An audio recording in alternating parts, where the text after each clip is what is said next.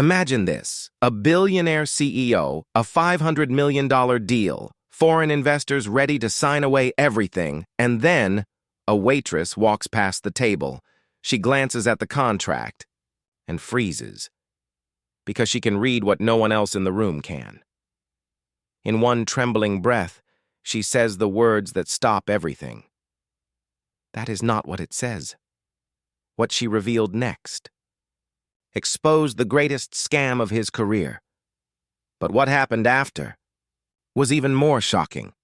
Stay with me until the end, because this story will make your heart race, and you will not believe how it ends. The restaurant was silent. Only the faint clink of glasses and the low hum of a jazz record filled the air. At the corner table, a billionaire CEO leaned back in his leather chair. His voice was smooth, almost rehearsed. As he spoke to his foreign investors, papers lay on the table. Contracts, bold signatures, stamped seals, numbers that promised $500 million in profit. The investors smiled, nodding, their eyes wide with excitement. The CEO's grin widened. He thought the deal was sealed. But then, a waitress passed by, balancing a tray with shaking hands. She glanced at the papers. Her eyes froze. Her breathing quickened because she could read it, every word. The contract was not in English.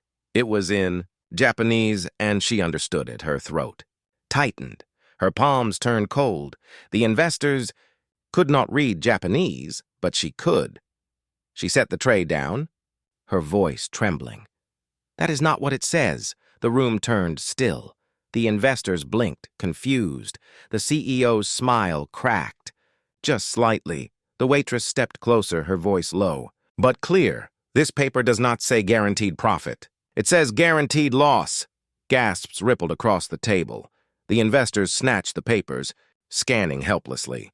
The CEO's hand twitched, moving toward his glass of wine. His jaw tightened. But he said nothing. Her words cut through the air like broken glass. You are signing away $500 million. The investors' faces drained of color.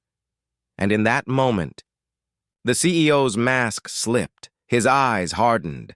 His voice was no longer smooth. It was sharp, cold. Who taught you to read that? The jazz record scratched. The room seemed to shrink. The waitress felt her knees weaken. The air was heavy. Her heart pounded like a drum. Every eye was on her.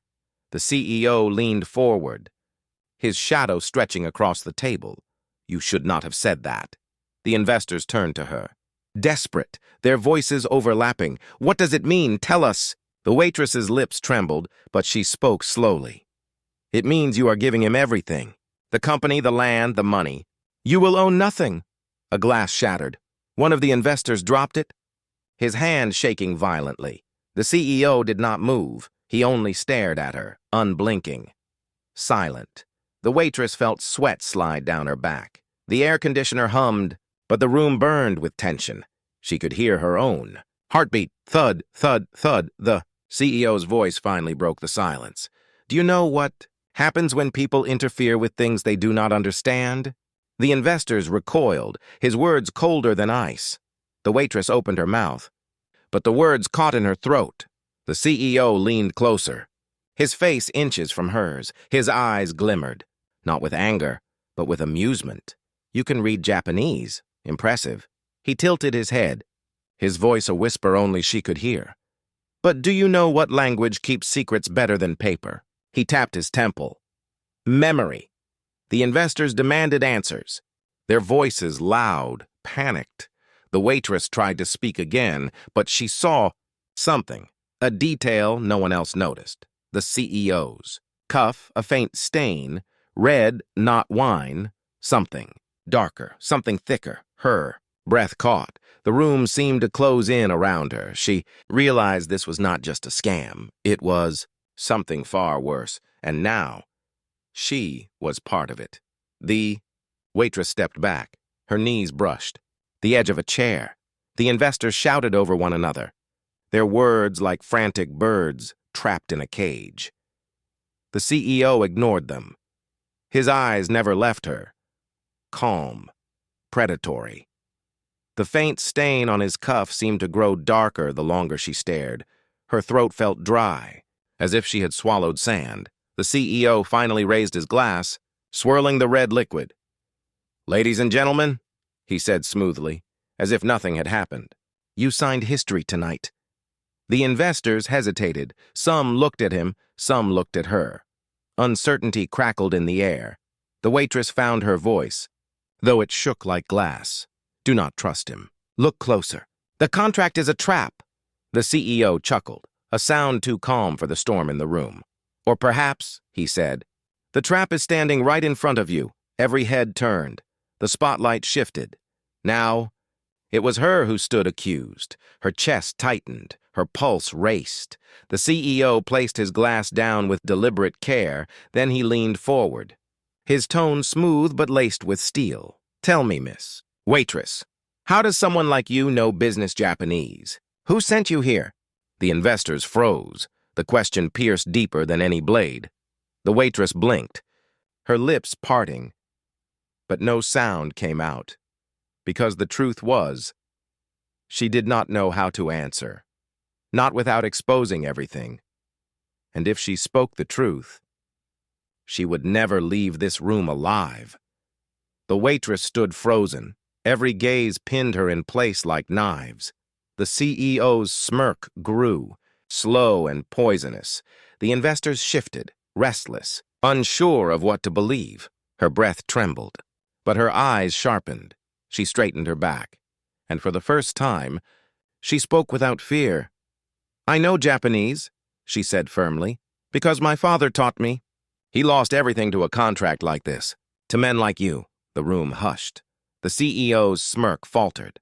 Just slightly, the investors leaned forward. Caught between fear and rage, the waitress's voice rose. "Stronger now. You are about to lose $500 million. Do you want proof?" She grabbed the pen from the contract and circled the damning line.